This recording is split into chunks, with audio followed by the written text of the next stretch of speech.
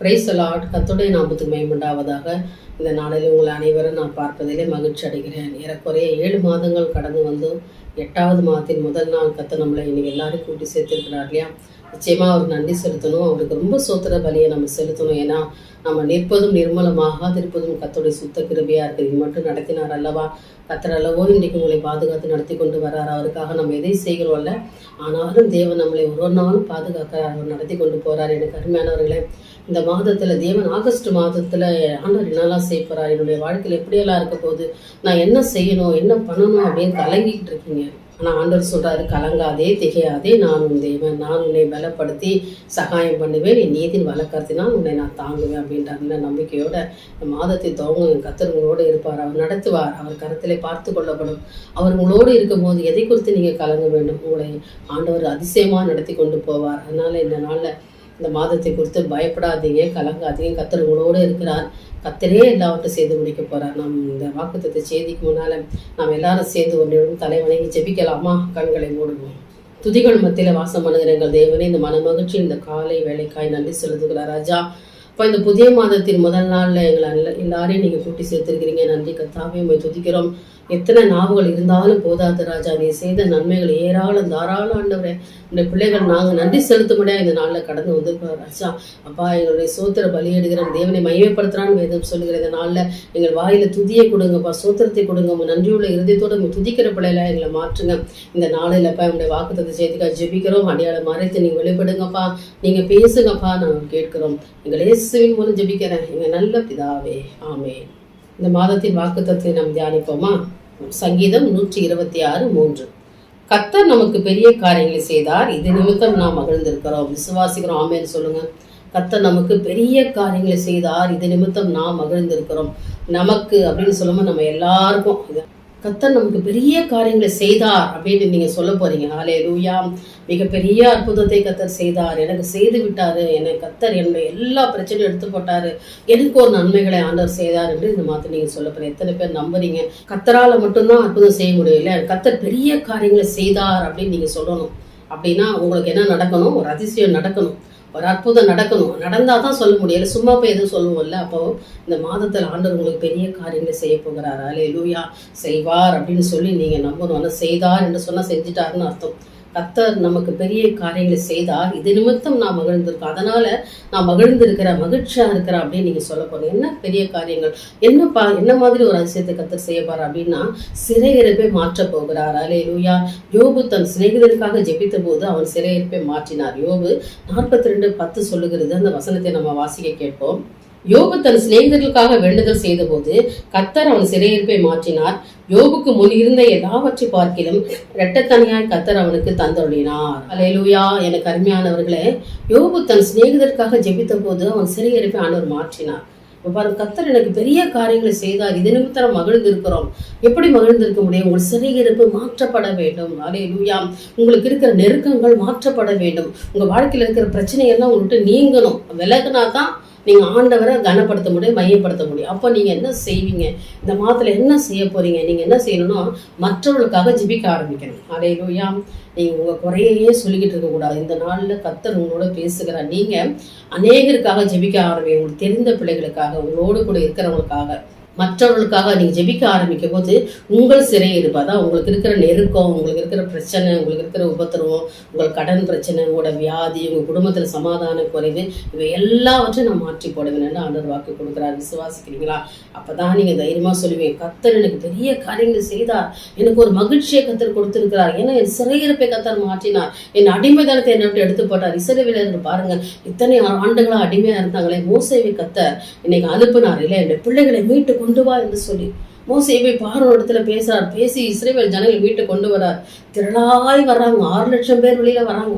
அவர்களோட பெரியவங்க சின்னவங்க எல்லாம் சேர்ந்து ஓடி வராங்க. பாருங்க, ஆண்டவர் அவளை வெளியில கொண்டு வருகிறார். எத்தனை வருஷங்களாக, 430 வருஷங்களா அடிமைதனமா இருந்த அந்த பிள்ளைகளை கர்த்தர் மீட்டு கொண்டு வருகிறார். ஹல்லேலூயா. உங்கள் சிறையிருப்பை கர்த்தர் மாற்ற மாட்டாராம்? உங்களுக்கு ஒரு பெரிய காரியங்களை செய்தார் என்று சொல்லும்படி ஆண்டவர் வைக்க மாட்டாராம்? நிச்சயமா கர்த்தர் செய்வார். எனக்கு அருமையான தேவனுடைய பிள்ளைகளை, நீங்கள் தேவனுடைய சமூகத்துல ஜெபிக்க வேண்டும். ஆண்டவரே, எல்லாவற்றையும் ஆண்டவரே என்று சொல்லி எல்லாவற்றையும் ஒப்பு கொடுக்கணும். கர்த்தருடைய சமூகத்தில் உங்களை அர்ப்பணிக்க வேண்டும். உங்களை முற்றிலுமாய் ஒப்பு கொடுத்து தேவனை நீங்க நோக்கி பார்ப்பீங்கன்னு சொன்னா உங்க சிறையிருப்பு மாற்றப்படும். யோபோட ஜெபம் எப்படி தரவா இருந்தது? அவர் நல்லா இருக்கும்போது ஜெபித்ததா இங்க வேதம் சொல்லவில்லை. அவர் எல்லாவற்றையும் இழந்து எல்லாம் அவர் கைவிட்டு போய் அவர் வாழ்க்கையை வெறுத்து வியாதியோட மரண தருவாயில தான் ஆண்டவர்கிட்ட அவர் ஜெபிக்கிறார் பாருங்க. இப்படிப்பட்ட ஒரு ஜெபத்தை ஏறெடுக்க இன்னைக்கு யாரால முடியும்? இல்லை நீங்க ஜெபிக்க முடியுமா? நான் ஏன் ஜெபம் பண்ணணும்? ஒரு வியாதி வந்துட்டா உடனே எனக்கு ஏன் இவ்வளவு கஷ்டம், நான் ஏன் பண்ணணும், ஏன் அப்படின்னு சொல்லி உடனே ஒரு கேள்வி கேட்டுறோம். கஷ்டம் வந்தா எனக்கு ஏன் இந்த கஷ்டம் அப்படின்னு கேட்குறோம்ல. ஆனா யோபு மாதிரி எந்த ஒரு பிரச்சனையும் நமக்கு ஆண்டவர் கொடுப்பது இல்லை. ஆனால் இன்னைக்கு துக்கத்தோடு இருக்கும்போது, ஆண்டவர்கிட்ட இன்னைக்கு கவலையோடு இருக்கும்போது, ஆனால் அந்த கவலை மத்தியில ஒரு பிரச்சனை மத்தியில தேவனை நோக்கி பார்த்தார் பாருங்க. அதுவும் அவருக்காக அவர் கேட்கல, ஆண்டவரே எனக்கு இவ்வளவு கஷ்டப்படுறேனப்பா, நான் வியாதியோடு இருக்கிறேனே, என் வேதனையை எடுத்து போடுங்க, நான் வியாதியோடு இருக்கிறேனே, நான் வேதனையோடு இருக்கிறேன் என்று சொல்லி ஆண்டவர்கிட்ட அவர் சொல்லலை. அவர் தன் சிநேகிதனுக்காக விண்ணப்பம் பண்றார். அவங்களோட 3 சிநேகிதர்கள் இருக்காங்க, அவர்களுக்காக அவர் ஜெபிக்கிறார் பாருங்க. பாத்தீங்களா, எப்பேற்பட்ட ஒரு சூழ்நிலையில ஜெபிக்கிற ஒரு அனுபவம் யோபுகிட்ட இருந்துச்சு. நீங்க நெருக்கத்துல ஜெபிக்கிறீங்களா? அதான் நெருக்கத்துல இருந்து என்னை நோக்கி கூப்பிடுவாயா மகளே, உன் பிரச்சனையில இருந்து என்னை நோக்கி பார்ப்பாயா, நீ ஜெபிப்பாயா? ஆனா இன்னைக்கு ஜெபிக்க முடியல, ஏன்னா பிசாசு விட மாட்டான். அப்பதான் கன நித்திரை நான் தூக்கம். நிறைய பேர் இன்னைக்கு தூங்கிய நேரத்தை கழிச்சிடும். ஜெபிக்க முடியல, காலையில எழும்ப முடியல, வேதத்தை வாசிக்க முடியல, ஆலயத்துக்கு போக முடியல, அதுவும் குறித்த நேரத்துல சபையில போய் உட்கார முடியல, ஆராதனையில துதிக்க முடியல. மனிதனுடைய இருதயம் கடினமா இருக்கிறது, துதிக்க முடியாதபடி உதடுகள் அப்படியே கடினப்பட்டிருக்கிறது. அப்படி இருந்தா ஆசீர்வாதத்தை பெற்றுக்க முடியாது. எனக்கு அருமையான என்னுடைய ஜனமே, நீ ஆசீர்வதிக்கப்பட்டவன், நீ பெரிய காரியங்களை செய்வா என்று கர்த்தர் சொல்றார். அப்ப நீ ஆசீர்வதிக்கப்பட்டவனா இருக்கணும்னா நீ எப்பேற்பட்ட ஒரு ஜனமா இருக்கணும். இல்லை அதிகாலையில் எழுந்து ஜெபிக்கிற ஒரு அனுபவம். நீங்க உங்க நேரத்தை நீங்க கரெக்ட் பண்ணிக்கோங்க. எப்பவுமே ஒன்றை நம்ம பழக ஆரம்பிச்சோன்னா அது அப்படியே பழக்கத்தில் கொண்டு வந்துட்டோம்னா அது நம்ம கரெக்டா வந்துடும். ஜெபிக்கிறதுக்கு ஒரு நேரத்தை நீங்க முடிவு பண்ணிட்டீங்கன்னா அந்த நேரத்துல கரெக்டா ஜெபிக்க ஆரம்பிச்சிருவீங்க. பைபிள் படிக்கிறதுக்கு ஒரு நேரத்தை ஒதுக்கிட்டீங்கன்னா அந்த பைபிள் படிக்க ஆரம்பிச்சிருவீங்க. இன்னைக்கு நம்ம எல்லாவற்றுக்கும் நேரத்தை வச்சிருப்போம்ல, சாப்பிட்றதுக்கு, வெளியில போறதுக்கு, போன் பேசுறதுக்கு, மெசேஜ் அனுப்புறதுக்கு. அப்போ அதே மாதிரி நம்ம பைபிள் படிக்கவும் ஜெபிக்கவும் நேரத்தை ஒதுக்கணும். டைம் கிடைக்கும் போது அதை செய்யறேன் அப்படின்னு நம்ம எப்போ நம்ம முடிவெடுக்கிறோமோ அப்போயே பிசாசு வந்து நம்ம கூட வந்து உட்காந்துருவான். நம்ம ஜெபிக்க விட மாட்டான், நம்ம சிறையிருப்பை அகற்றி போகவே விட மாட்டான். சிறையிருப்பு மாற்றப்படணும் அப்படின்னா நாம ஜெபிக்கிறதுக்கு ஆயத்தமா இருக்கணும். கர்த்தர் பெரிய காரியங்களை செய்தார், இது நிமித்தம் நாம் மகிழ்ந்திருக்கிறோம். கர்த்தர் பெரிய காரியங்களை செய்வார். ஏன் செய்ய மாட்டாரு?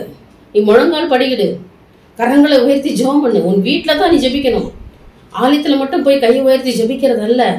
உன் வீடுகளில் ஜெபம் பண்ணு, நீ இருக்கிற இடத்துல ஜெபி, உன் கணவன் முன்னால ஜெபம் பண்ணு, உன் பிள்ளைகள் முன்னால ஜெபம் பண்ணு, உன் குடும்பத்தாரோட சேர்ந்து ஜெபம் பண்ணு. கர்த்தரோட சிறையிருப்பை மாற்றுவார், நெருக்கத்தை மாற்றுவார். விசாலமான இடத்துல கர்த்தர் உன்னை கொண்டு வந்து வைப்பார். அல்லேலூயா. உனக்கு ஒரு ஆசீர்வாதத்தை நான் கொடுப்பேன் மகளே. சாதாரண ஆசீர்வாதத்தை யோபுக்கு கொடுக்கல, முன் இருந்த எல்லாவற்றையும் ரெட்டிப்பாய் கொடுத்தாரு. உங்களுக்கும் இன்னைக்கு ரெட்டத்தனையான ஆசீர்வாதத்தை இந்த மாதத்துல கொடுக்க பாரு. விசுவாசிக்கு ஒரு ஆமீன் சொல்லுங்க. அல்லேலூயா. நிச்சயமா கர்த்தர் கொடுப்பாரா கொடுக்க மாட்டாரா? அவரால் முடியும். ரெட்டிப்பான நன்மையை தருவேன், உன் சிறையிருப்பை நான் மாற்றுவேன். ஒன்றல்ல 2 விதமான ஆசீர்வாதத்தை நான் உனக்கு கொடுப்பேன். எல்லா நன்மையா நான் செய்து முடிப்பேன். உன் கட்டுகளை நான் அவிழ்ப்பேன், உன்னுடைய எல்லா காயங்களையும் நான் ஆற்றி போட செய்வேன், உன் கண்ணீரை துக்கத்தை எல்லாம் மாற்றி போடுவேன் என்று ஆண்டவர் வாக்கு கொடுக்கிறார். உன் சிறையிருப்பு மாற்றப்படும், உங்கள் துக்க நாட்கள் முடிந்து போகும், உங்க வாழ்க்கை ஒரு செழிப்பாய் என் தேவனால மாற்ற முடியும். நீங்க அவருடைய சமூகத்துல வந்து உட்கார வேண்டும். எனக்கு அருமையானவருடைய அப்பதான் கர்த்தர் உங்களை ஆசீர்வதிக்க முடியும். இந்த 7 மாதமும் கடந்து வந்த பாதை திரும்பி பாருங்க. எந்த அளவுக்கு ஆண்டவர் நன்றி செலுத்தி இருக்கிறீங்க? இது வரைக்கும் ஜெபிச்சுக்கிட்டு தான் இருக்கிறீங்களா? கேட்டுக்கிட்டே தான் இருக்கிறோம், ஆனா ஆண்டவர் கொடுக்கவே இல்லை, கொடுக்கவே மாட்டுறாரு. அப்படிதான் ஒரு கேள்வி இருக்குது நிறைய பேருக்கு. கர்த்தர் சொல்றாரு, உனக்கு நான் பெரிய காரியங்களை செய்ய போறேன் மகளே, உனக்கு ஒரு மகிழ்ச்சியை நான் கொடுக்க போகிறேன். இனி கலக்கம் இல்லை, இனி துக்கம் இல்லை, இனி கண்ணீர் இல்லை. யோபுக்கு சிறையிருப்பை மாற்றினது போல உன் சிறையிருப்பை நான் மாற்றுவேன், ரெட்டிப்பா நான் கொடுப்பேன். நீ கண் கலங்கி நிற்க வேண்டியது இல்லை. உனக்கு துக்க நாட்களை முடிந்து போனது. எழும்பி பிரகாசி, தூசியை உதறி விட்டு எழும்பு, தேவனுக்குள்ளே பலப்படு, கர்த்தரிடத்தில் மனமகிழ்ச்சியாயிரு. அவருடைய இருதயத்தின் வாஞ்சைகள் விடுதலை அருள் செய்வார். அல்லேலூயா. ஜெப ஆவியை பெற்றுக்கணும். ஜெபிக்கிறதுக்கு ஆண்டவருடைய மகிமை, அதாவது பரிசுத்தத்தின் ஆவி, அபிஷேகம் நமக்குள்ள இருக்கணும். சும்மா கண்ணை மூடி ஏதோ உட்காந்துக்கிட்டு நானும் வாயை திறந்து பேசுறேன்றது இல்லை. நீங்க ஜெபிக்கும் போதே கண்களை மூடி உள்ளத்தை உடைத்து அன்னாளை போல அழுது ஜெபம் பண்ணுங்க. ஆண்டவர்கிட்ட கேளுங்க. கண்ணீரோட விதைச்சா கம்பீரத்தோட அறுப்பீங்க. விதை தானியம் எப்படி இருக்குதோ அப்படிதான் அறுவடை இருக்கும். நம்ம எந்த அளவு விதைக்கிறோமோ அந்த அளவுக்கு அறுவடையை நம்ம பெற்றுக்கொள்வோம். கர்த்தரிடத்துல ஜெபத்தை விதைங்க, அதிசயத்தை காண்பீங்க. உங்களுக்கு ஜெபம் விதையா இருக்கும் என்றால் அறுவடை மிகுதியா இருக்கும். உங்களை திரளாய் பெருக பண்ணுவேன், மிகவும் திரளாய் பெருக பண்ணுவேன். நீ கையிடுகிற வேலையில் ஆசீர்வாதத்தை கட்டளையிடுவேன். நீ வெட்கப்பட்டு போவதில்லை. இந்த மாதம் கண்ணீர் இல்லை, துக்கம் இல்லை, எல்லாவற்றையும் நான் மாற்றுவேன். ஆனா ஆண்டவரை மாத்திரம் பிடிச்சு கொள்ளுங்க. நீங்க சொல்லிக்கிட்டே இருக்கணும் டெய்லி, கர்த்தர் எனக்கு பெரிய காரியங்களை செய்தார், கர்த்தர் நமக்கு பெரிய காரியங்களை செய்தார், இது நிமித்தம் நான் மகிழ்ந்திருக்கிறேன் அப்படின்னு நீங்க சொல்லிக்கிட்டே இருக்கணும். என் சிறையிருப்பை ஆண்டவர் மாற்றினார் என்று சொல்லணும். கர்த்தர் எனக்கு விடுதலை கொடுத்தார் என்று சொல்லணும். அதற்கெல்லாம் நீங்க தான் ஆயத்தப்படணும். உங்க வாயிலிருந்து வர்ற வார்த்தை தான் உங்களுக்கு ஒரு ஆசீர்வாதத்தை கொண்டு வரும். விசுவாசத்திலே பலப்படுங்கள். விசுவாச வார்த்தையால இன்னைக்கு பேசுங்க. கர்த்தர் என்னோடு இருக்கிறார், ஆண்டவர் என்னை நடத்துவார், எனக்கு குறை வைக்க மாட்டார் அப்படின்னு சொல்லி நம்பிக்கையோட ஒரு நாளுமே தேவனுடைய சமூகத்தில் முழங்கால் படியிட்டு அந்த நாளை ஒப்பு கொடுத்து பிள்ளைகளோட கணவனோட ஐக்கியப்பட்டு ஆண்டவரோடு உறவாடும் பொழுது உங்கள் வாழ்க்கையை கர்த்தர் அப்படியே புரட்டி போடுறவரா இருக்கார். எல்லாமே மாறி போயிடும். நிறைய மாற்றம் இன்னைக்கு நிறைய குடும்பத்தில் நடந்துகிட்டு இருக்கு. இன்னும் கர்த்தர் மாற்றுவார். உன் ஜெபம் கேட்கப்படுகிற காலங்கள் தான். எனக்கு அருமையான தேவனுடைய பிள்ளையே, உன்னை நான் கைவிட மாட்டேன். வலது கரத்தை பிடித்து பயப்படாதே, நான் உனக்கு துணை நிற்கிறேன். உன்னை நான் கைவிடுவதில்லை, உன்னை கைவிடவே மாட்டேன். உன்னை நான் எல்லாவற்றிலும் உன்னை ஆசீர்வதித்து உன்னை பலப்படுத்த போகிறேன் என்று ஆண்டவர் வாக்கு கொடுக்கிறார். அல்லேலூயா. இன்னைக்கு சிறையிருப்பு எல்லாம் ஆண்டவரை மாற்றி போட்டு யோபுக்கு முன் இருந்த எல்லாவற்றையும் பார்க்கலாம் இரட்டத்தனையாய் அவனுக்கு கர்த்தர் கொடுத்தார். இன்றைக்கு உங்களுக்கு இரட்டிப்பான ஆசீர்வாதங்களை இந்த மாதத்துல கர்த்தர் கொடுக்க போகிறார். உங்களை எல்லா பழைய காரியங்களும் ஒழிஞ்சு போக போடுது, எல்லாம் புதுசா மாறப்போகுது. எல்லாவற்றும் ஒரு புதுவிதமான ஆசீர்வாதத்தை கர்த்தர் கொடுக்க போகிறார். கர்த்தர் வந்து உங்கள் நடுவில வாசம் பண்ணி உங்களுக்கு துணையா இருந்து உனக்கு ஆலோசனை கொடுத்து உனக்கு பெரிய காரியம் நான் செய்ய போறேன்னு ஆண்டவர் வாக்கு கொடுக்கிறார். அல்லேலூயா.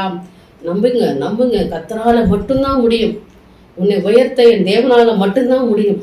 உன்னுடைய சுய புத்தியின் மேல சாயாதே, ஆண்டவர்கிட்ட ஒப்பு கொடு.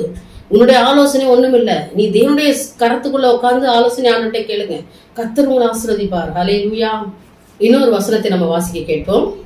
ஏசாயா தீர்க்கதரிசன புஸ்தகம் 54ஆம் அதிகாரம் 14ஆம் வசனம். ஏசாயா 54:14. நீதியினால் சிறப்பட்டிருப்பாய், கொடுமைக்கு தூரமாவாய், பயமில்லாதிருப்பாய், திகிலுக்கு தூரமாவாய், அது உன்னை அணுகுவதில்லை. அல்லேலூயா. பாருங்க, சிறையிருப்பெல்லாம் திருப்புறாருன்னா, ஆண்டவர் ஒரு மாற்றத்தை கொடுக்கிறாருன்னா, உனக்கு ஒரு கர்த்தர் பெரிய காரியங்களை செய்கிறாருன்னா என்ன மாதிரினா, நீதினா சிறப்பட்டு இருப்ப. அல்லேலூயா.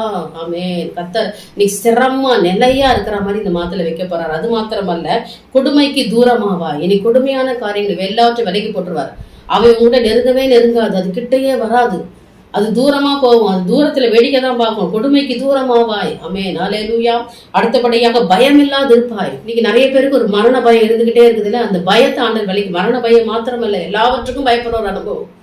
வீட்டுக்குள்ளே இந்த ரூம்ல அந்த ரூமுக்குள்ள போறதுக்கு ஒரு பயம். நீ பயம் இல்லாது இருப்பாய் இல்லையா? தேவன் சொல்றார், பயத்தெல்லாம் விலக்கி போட்டுருவேன். அது மாத்திரமல்ல, திகிலுக்கு தூரமாவாய். மனசுக்குள்ள ஒரு திகில் இருந்துகிட்டே இருக்குது. என்னவோ நடந்துருமோ, எனக்கு ஏதாவது நடந்துருமோ, ஏதாவது ஒன்று ஆயிருமா அப்படின்னு நினைச்சுக்கிட்டே இருக்கு. நிறைய பேரோட எண்ணங்கள் அப்படித்தான். நான் மறிச்சு போயிருவேணும், வியாதி ஆயிருமோ, என் வேதனை வந்துருமோ, கண்ணீர் வந்துருமோ, துக்கம் வந்துருமோ, ஆபத்து வந்துருமோ, விபத்து வந்துருமோ அப்படின்னு சொல்லி பயந்து நடுங்கிக்கிட்டு இருக்குது. திகில், பயமும் திகிலும் அப்படியே நீ சூழ்ந்து இருக்கிறது. அதெல்லாவற்றையும் நான் விலக்கி போடுவேன். அல்லேலூயா. அடுத்தபடியாக தூரமாவாய், திகிலுக்கு தூரமாவாய், அது உன்னை அணுகுவதில்லை. அதெல்லாம் உங்ககிட்ட வரவே வராது. திரும்பமா நான் வசனத்தை படிக்கிறேன். நீதியினால் சிறப்பட்டு இருப்பாய், கொடுமைக்கு தூரமாவாய், பயமில்லாதிருப்பாய், திகிலுக்கு தூரமாவாய், அது உன்னை அணுகுவதில்லை. பேர்பட்ட ஒரு வசனம் பாருங்க. அது உன்னை அணுகாது. வாதியின் கூடாரத்தை அணுகாது, பொல்லாப்பு உனக்கு நேரிடாது. எகிப்தருக்கு வந்த கொள்ளை வியாதி ஒன்று உனக்கு வரப்பண்ணேன், நானே உனக்கு பரிகாரியான கர்த்தர். தீங்கு உன்னை அணுகுவதில்லை. எதுவுமே உங்ககிட்ட வராது, பயம் வராது, திகில் வராது. ஆண்டவர் உன்னை நீதியினால் சிறப்படுக்கும்படி செய்வாரு. ஸ்திரமான ஒரு ஆசீர்வாதத்தை கர்த்தர் கொடுக்க போகிறார். அல்லேலூயா. கர்த்தர் உங்களுக்கு பெரிய காரியங்களை செய்தார். இது நிமித்தம் நீங்கள் மகிழ்ந்திருக்க வேண்டும். எனக்கு அருமையானவர்களை, கர்த்தரால மட்டும்தான் உங்களை ஆசீர்வதிக்க முடியும். இப்படிப்பட்ட காரியங்கள் எல்லாம் விலக்கி கர்த்தர் பாதுகாத்து ஒரு அதிசயத்தை, ஒரு அற்புதத்தையும் செய்து இரட்டிப்பான நன்மைகளை கர்த்தர் கொடுத்து இன்னைக்கு ஸ்திரமா உங்களை இந்த மாசத்துல வைக்க போறாரு. அல்லேலூயா. நீங்க எல்லாம் சாட்சி சொல்ல போறீங்க, எனக்கு கர்த்தர் உண்மையாவே பெரிய காரியங்கள் செய்தார், நான் மகிழ்ச்சியா இருக்கிறேன் அப்படின்னு நீங்க சொல்ற மாதிரி ஆண்டவர் வைக்க போகிறார். அல்லேலூயா. நம்புறீங்களா? கர்த்தர் உங்களுக்கு பெரிய காரியங்களை செய்ய முடியும் என்று சொல்லி இந்த மாதம் சொன்ன மாதிரி இந்த நாள்ல வாக்குத்தத்த வசனத்து பிரகாரம் கர்த்தர் நமக்கு பெரிய காரியங்களை செய்தா. இது நிமித்தம் நான் மகிழ்ந்திருக்கிறேன். தெற்கத்தி வெள்ளத்தை திருப்புறது போல என் பிரச்சனை எல்லாவற்றாலும் திருப்பி போட்டாரு, என் வியாதியெல்லாம் மாற்றி போட்டாரு, என் வேதனையெல்லாம் அகற்றி போட்டாரு, ஆண்டவருடைய சிறையிருப்பை மாற்றி போட்டார். நான் ஜெபிக்க ஆரம்பிச்சிட்டேன். நீங்களே சொல்ல, ஜெபிக்க ஜெபிக்க ஜெபிக்க எனக்கு இருந்த அடிமைதானால என்னை விட்டு போயிடுச்சு. எனக்கு பார்வனை என்னை விட்டு போயிட்டான். கோலியாத் என்னை விட்டு போயிட்டான், நான் அடிமை இல்லை, விடுதலையோடு இது உலாவி வரும்படியா கர்த்தர் வைத்திருக்கிறார் என்று சொல்லும்படியா கர்த்தர் உங்களுக்கு செய்ய போகிறார். அல்லேலூயா. அற்புதத்தின் மாதமாய் நீங்க எதிர்பாருங்க. ஒரு நாள் அற்புதத்தின் நாளாய் எதிர்பாருங்க. உங்க வாழ்க்கையில ஆண்டவரை முன் வச்சு கொண்டு காத்துருங்க. கர்த்தர் பெரிய காரியம் உங்களுக்கு செய்வார். நாம் ஜெபிக்கலாமா? எங்களை நேசிக்கிற அன்பின் பிதாவே, அப்பா நாங்கள் துதிக்கிறோம், சோத்தரிக்கிறோம். கர்த்தர் எங்களுக்கு பெரிய காரியங்களை செய்தீரப்பா. ஆமென். இந்த நாளில் சொன்னது போல கர்த்தர் நமக்கு பெரிய காரியங்களை செய்தார், இது நிமித்தம் நாம் மகிழ்ந்திருக்கிறோம் என்று சொல்லுது போலப்பா. ஆண்டவரே ஒரு மன மகிழ்ச்சி கர்த்தர் கொடுத்திருக்கிறதுக்காய் சோத்திரம், சந்தோஷத்தை கொடுத்திருக்கிறதுக்காய் சோத்திரப்பா. எங்கள் சிறையிருப்பெல்லாம் கர்த்தர் மாற்ற போறதுக்காய் சோத்திரம் ஆண்டவரே. இப்போ யோபு தன் சிநேகிதருக்காக ஜெபித்த போது சிறையிருப்பை மாற்றினது போல ஆண்டவரே, உங்களுடைய பிள்ளைகள் இன்றிலிருந்து ஜெபிக்க ஆரம்பிக்கிறாங்கப்பா. என்னோட இணைந்திருக்கிற ஒவ்வொரு பிள்ளைகளுக்காக நான் ஜெபிக்கிறேன் ஆண்டவரே. உங்களுடைய கரம் அவனுமே நீட்டப்படுவதாக, ஒரு ஆசீர்வாதத்தை இந்த நாளில் அவளுக்கு கொடுப்பீராக. அவங்களோட சிறையிருப்பை கர்த்தர் மாற்றி போடுங்க ஆண்டவரே. ராஜா பெரிய காரியங்களை செய்யுங்கப்பா. ஒரு மன மகிழ்ச்சி இந்த மாத்திரால் உண்டு பண்ணுங்க ஆண்டவரே. ஒரு நாளும் ஒரு ரகசியத்தை அற்புதத்தை அவர்கள் காண்பார்களாக. அவர் கையிடுகிற வேலையில கர்த்தர் ஆசீர்வாதத்தை கட்டளையிடுவீராக. அற்புதம் ஆச்சரியம் பிரகாரமாக ஜனங்களுக்குள்ள ஒரு ரகசியத்தை செய்வீராக. எல்லா தடையும் உடைக்கப்படுவதாக. எல்லாருடைய பிரச்சனைகள் மாறட்டும்ப்பா. கண்ணீர் துக்கங்களை எடுத்து போடுங்க, சந்தோஷத்தை சமாதானத்தை கொடுங்க. ஒரு நன்மையும் அவங்க குறைபடக்கூடாது ராஜா. ஒரு நாளும் கர்த்தரோட ஆசீர்வதிங்கப்பா. அவளை வெள்ளி நாளும் பொண்ணு நாளும் ஆசீர்வதிங்க, புதிய பழம் ஆசீர்வதிங்க. திராட்சரசம் எண்ணெயை அவங்க வீட்டுல புரண்டோடட்டும் ஆண்டவர். அவருடைய பிள்ளைகள் எவையெல்லாம் ஜெபத்துல கேட்கறாங்க எல்லாவற்றையும் பெற்றுக்கொள்ள கர்த்தர் கிருபை தாங்க ஆண்டவரே. அவளை கைவிடாது இருங்கப்பா. அவளை முற்றிலுமா ஆண்டவரை பாதுகாத்துக் கொள்ளுங்க ஆண்டவரே. ரத்த கோட்டைக்குள்ள மூடி மறைத்துக் கொள்ளுங்கப்பா ஆண்டவரே. மூடைய பிள்ளைகள் ஒரு நாள் கேட்கிற ஒவ்வொன்றுக்கும் கர்த்தர் நீங்க ஆம் ஆமென் என்று பதில் கட்டளையிடும்படியே ஜெபிக்கிற ஆண்டவரே. இந்த மாதம் முழுவதும் அவங்க குறைகளை நிறைவாக்கி தாங்கப்பா ஆண்டவரே. அப்போ அவங்க தேட ஆராதிக்க கர்த்தர் கிருபை கொடுங்கப்பா. எல்லா வியாதி நீங்கட்டும், வேதனை நீங்கட்டும், எல்லா பிரச்சனையும் நீங்கட்டும் ஆண்டவரே. ஒரு புதிய காரியத்தை செய்து ஒரு புதிய ஆசீர்வாதத்தை இந்த பிள்ளைகள் கட்டளையிட்டு ரெட்டிப்பான நன்மைகளை கர்த்தர் கொடுத்து நீரவது நாமத்தை மகிமைப்படுத்திக் கொள்ள ஜெபிக்கிறப்பா. என் தேவன் சகல தேவை பிள்ளைகளுக்கு சந்திங்க, ஆசீர்வதிங்க, வழி நடத்துங்க. எங்களுடைய இயேசுவின் மூலம் ஜெபிக்கிறேன் நல்ல பிதாவே, ஆமென். Praise the Lord. கர்த்தருடைய நாமத்துக்கு மகிமை உண்டாவதாக. எனக்கு அருமையான தேவனுடைய பிள்ளைகளே, நிச்சயமா இந்த செய்தி உங்களுக்கு ஆசீர்வாதம் இருக்கும் என்று நான் நம்புகிறேன். இந்த சேனலை லைக் பண்ணுங்க, ஷேர் பண்ணுங்க, சப்ஸ்கிரைப் பண்ண மறக்காதீங்க. உங்களுக்கு யாருக்காவது ஜெப உதவி தேவைப்படும் என்றால் என்னோடு கூட தொலைபேசி வழியாகவோ இல்லை நேரடியாகவோ என்னை நீங்கள் தொடர்பு கொள்ளலாம். என் தேவனுக்கே மகிமை உண்டாகட்டும். ஆமென்.